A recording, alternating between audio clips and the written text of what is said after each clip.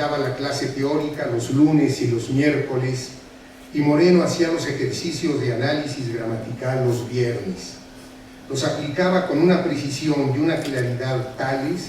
que los entendían y disfrutaban hasta los jóvenes poetas, acérrimos detractores por principio de la gramática, que asistían a clase en calidad de alumnos regulares. Ahí conoció a mi compañera de banca, Gutiérrez Arriola Cecilia, aquí presente, según la nombraban los profesores al pasar la lista de asistencia, con quien años más tarde habría de casarse, es decir, establecer una relación sintagmática para formar una familia realmente paradigmática. Al año siguiente fui su compañero de trabajo y también de desayuno, cuando ambos estábamos adscritos a sendos proyectos de investigación en el Colegio de México, sito entonces en el edificio marcado con el número 125 de la calle de Guanajuato de la colonia Roma, devastado tiempo después por los terremotos de 1985. Él trabajaba en el proyecto del Atlas Lingüístico de México, dirigido por Juan M. López Blanch, y grabador agujero en mano, recorría la República como sus compañeros para detectar las variedades dialectales, fonéticas, morfológicas, léxicas y sintácticas del español hablado en nuestro país y definir las isoglosas, esas fronteras lingüísticas intangibles de nombre misterioso que separan a los que aspiran las eses de quienes las pronuncian, o a quienes preguntan ¿ocupa pluma?, frente a los que dicen necesita pluma, o a los que dicen el mar, de los que por ser hombres de mar dicen amorosamente la mar. Y yo, como bisoño ayudante de investigación en un proyecto de enseñanza de español hablantes de lenguas indígenas, adscrito al Centro de Estudios Lingüísticos y Literarios de esa institución. Fui su colega en el Instituto de Investigación e Integración Social del Estado de Oaxaca, afincado también en el Colegio de México, que dirigía Gloria Ruiz, esposa de Víctor Bravo Aúja, el gobernador de aquella entidad que después fue titular de la Secretaría de Educación Pública. Moreno era asesor de ese instituto y yo picapedrero, según la terminología estamental con la que López Blanch clasificaba al personal académico de menor jerarquía. Años más tarde fui su secretario de Extensión Académica cuando la Junta de Gobierno de la UNAM lo designó en 1980 director de la Facultad de Filosofía y Letras. A él, que si bien había estudiado en la facultad y allí ejercía la docencia por cuenta propia desde que dejó la ayudantía que le prestó a López Blanch temporalmente, procedía del apacible Instituto de Investigaciones Filológicas, fundado y dirigido entonces por nuestro maestro Rubén Bonifaz Nuño, y tuvo que enfrentarse a la complejidad académica, administrativa y política que la vida de una facultad como la de Filosofía y Letras entraña. Fui después, ¿quién lo diría?, su jefe,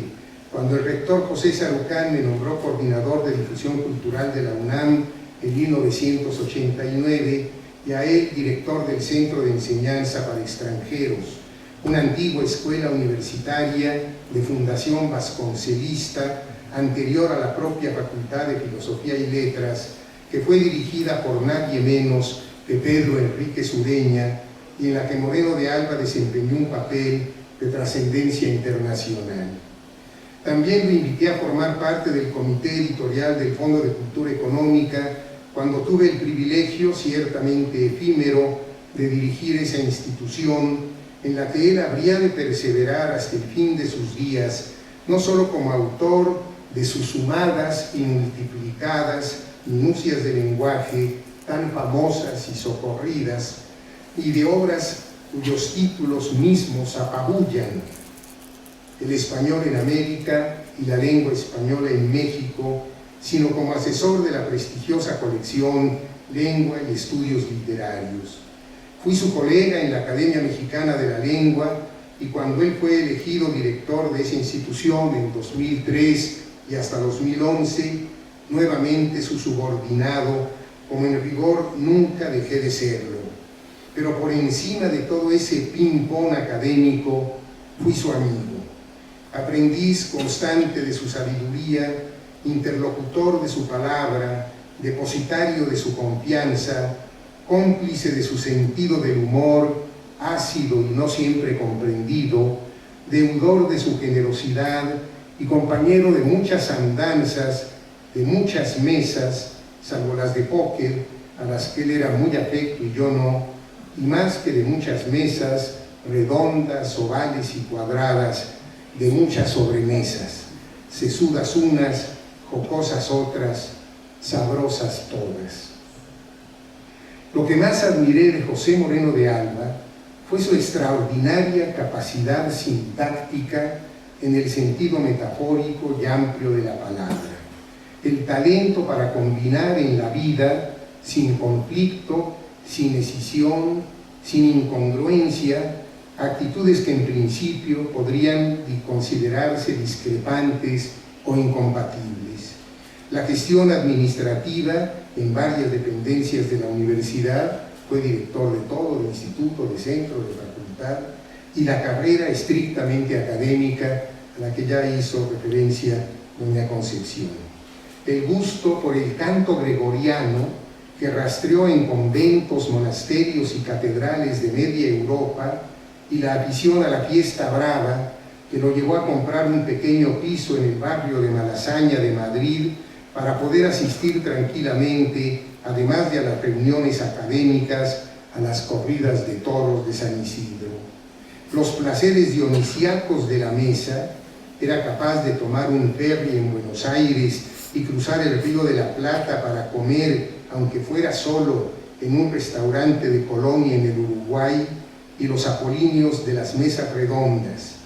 Si no era demasiado afecto a participar en actos públicos, fue capaz de organizar importantes encuentros académicos, como este 7º Congreso Internacional de la Historia de la Lengua Española, al que ya hizo referencia doña Concepción, y otros como el Magno Congreso Internacional sobre el Español de América en 1986, cuyo cartel, alarde de un panhispanismo anticipado, era un naipe memorable en el que de un lado figura como reina de corazones Sor Juana Inés de la Cruz y del otro como rey de espadas Miguel de Cervantes.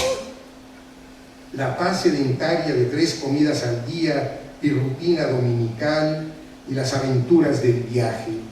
Año con año él y su familia visitaban con gran regocijo y minuciosa planeación los lugares más ignotos del planeta. La flexibilidad con la que siempre consideró la norma lingüística, sin supeditarla a criterios de autoridad o de corrección purista, y la estricta observancia de los estatutos que rigen el funcionamiento de los cuerpos colegiados que presidió. El rigor científico de sus estudios, en los que toda hipótesis es comprobada con trabajo de campo y datos estadísticos, y los juegos de azar, porque José Moreno fue jugador, un rarísimo jugador que sabía contenerse y considerar, como lo sostuvo Julio Cortázar en cada uno de sus cuentos, que lo perdido en el juego es el justo pago por haber jugado, igual que en la vida. Pero esta tarde, en que la Academia Mexicana de la Lengua le rinde un homenaje al cumplirse un año de su fallecimiento, debo limitarme a hablar del importante papel que desempeñó en la institución a la que prestó sus servicios y sus conocimientos durante 35 años, esto es, durante la mitad de su vida. La candidatura de José G. Moreno de Alba para ocupar la silla número 15 de la Academia Mexicana, vacante por el fallecimiento de don Daniel Guacuja, fue propuesta por don Francisco Monterde, don Manuel Alcalá y don Ernesto de la Torre Villar en abril de 1977, cuando dirigía la institución don Agustín Yáñez, y votada favorablemente el 8 de julio de ese mismo año, es decir, cuando José Moreno de Alba tenía escasos 35 años de edad. El 10 de marzo de 1978,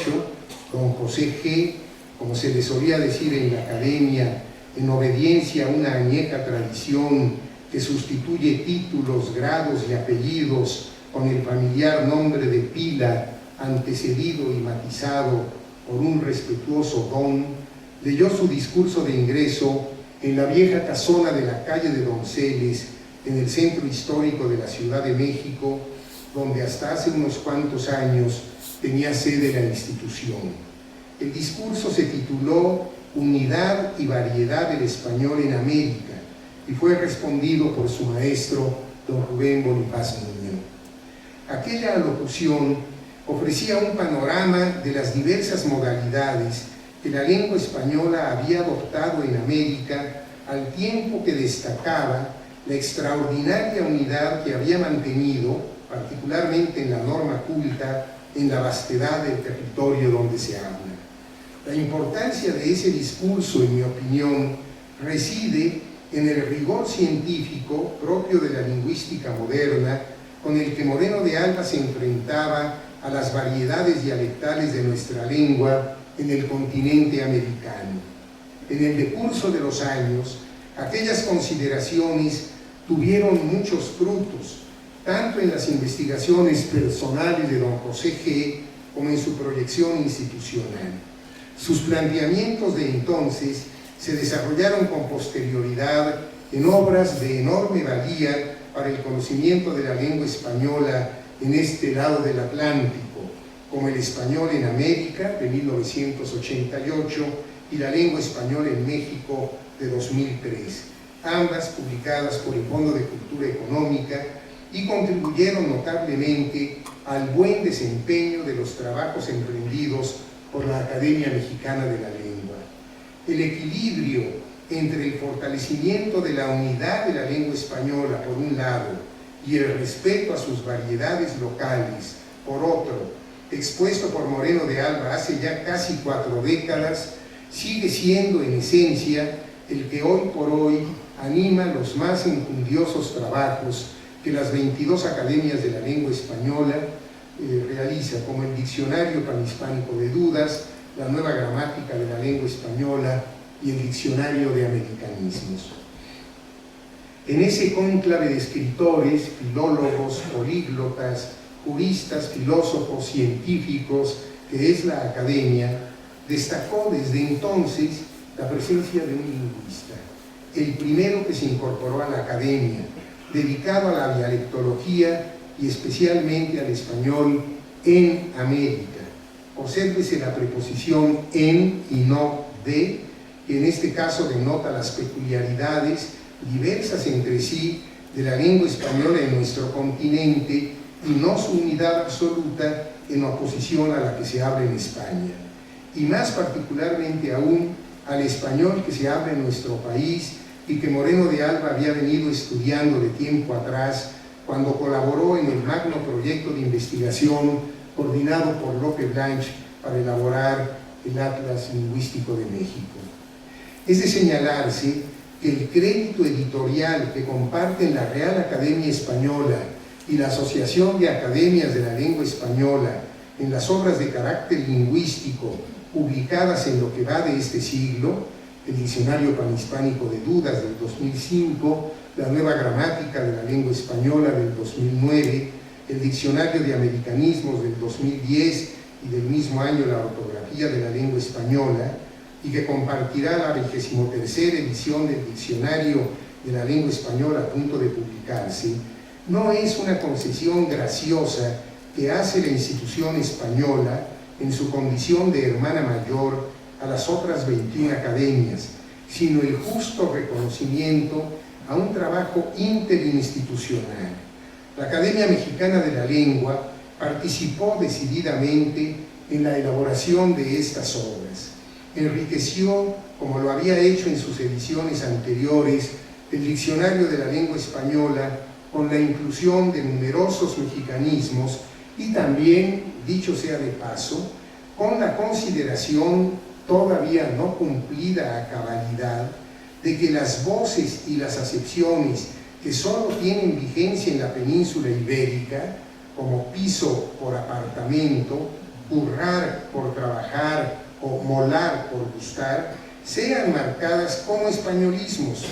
de la misma manera que las que se usan con exclusividad en México, Cuba o Argentina son marcadas en el mismo lexicón como mexicanismos, cubanismos o argentinismos respectivamente.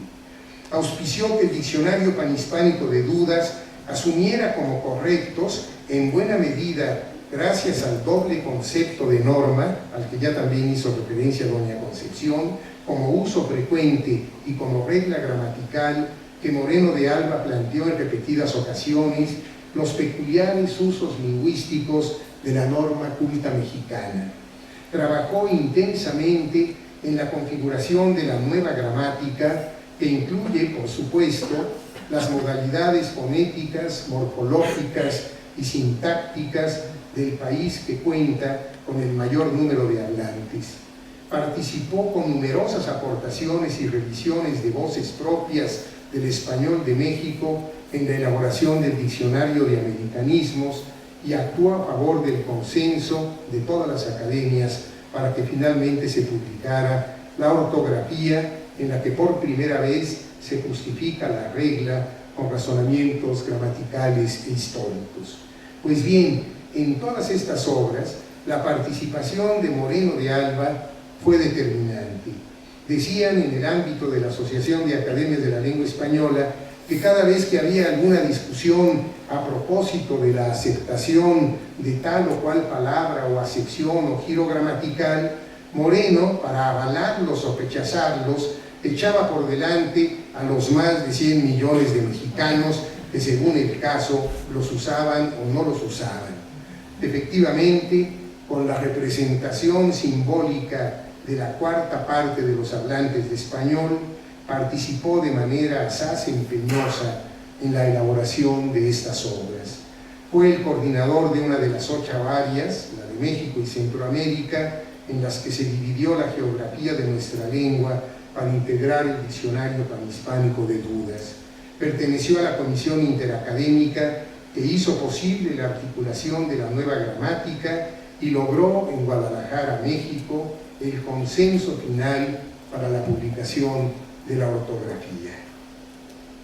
Por lo que hace a los trabajos internos de la academia, la presencia de un lingüista, secundada posteriormente con la afortunada incorporación de Concepción Company, su alumna, y más adelante con la de Leopoldo Baliñas y Yolanda Lastra, fue de gran utilidad. El conocimiento y la experiencia de Moreno de Alba fueron fundamentales, por ejemplo, en el diseño metodológico para integrar el índice de mexicanismos, que fue la base para que la Comisión de Lexicografía de la Academia, presidida entonces por Guido Gómez de Silva, cumpliera sus tareas sustantivas, entre las que destacan la elaboración del Diccionario de Mexicanismos, publicado en 2010, coordinado por doña Concepción, y la incorporación de voces o acepciones mexicanas, tanto en el DRAE como en el Diccionario de Americanismos. A lo largo de los 35 años que sirvió a la Academia, Moreno de Alba aportó sus conocimientos para que la institución pudiera realizar las funciones lingüísticas que le son inherentes y prioritarias. Al frente de la Academia, Moreno de Alba incrementó los vínculos con la Real Academia Española y con la Asociación de Academias de la Lengua Española, gracias a los cuales nuestra institución pudo desempeñar un papel destacado en la elaboración de las obras conjuntas a las que ya he hecho referencia y de otras de carácter filológico, como las ediciones conmemorativas del Quijote, 100 años de soledad y La región más transparente, que cuentan con estudios críticos de académicos mexicanos. Asimismo, pugnó porque la Academia tuviera una mayor injerencia en la sociedad mexicana, sobre todo en el tema capital de la enseñanza de la lengua española en el sistema educativo nacional.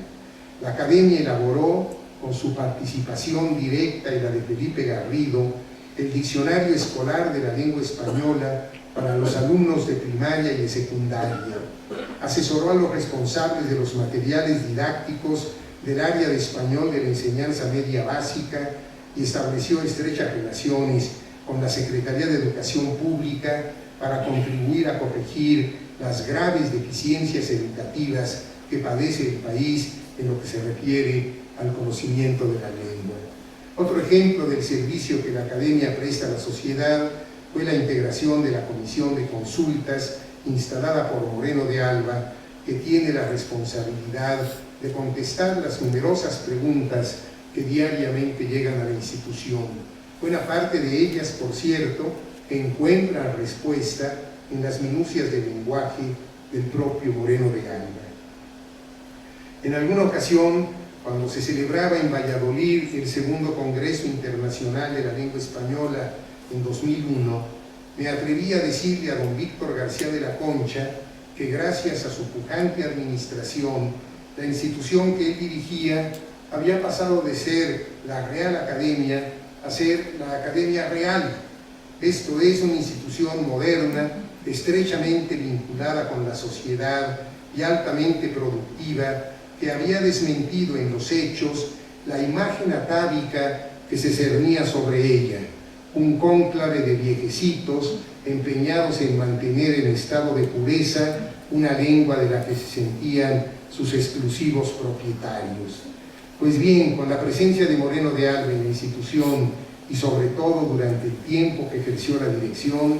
la Academia Mexicana de la Lengua correspondió al impulso adquirido por la Real Academia Española,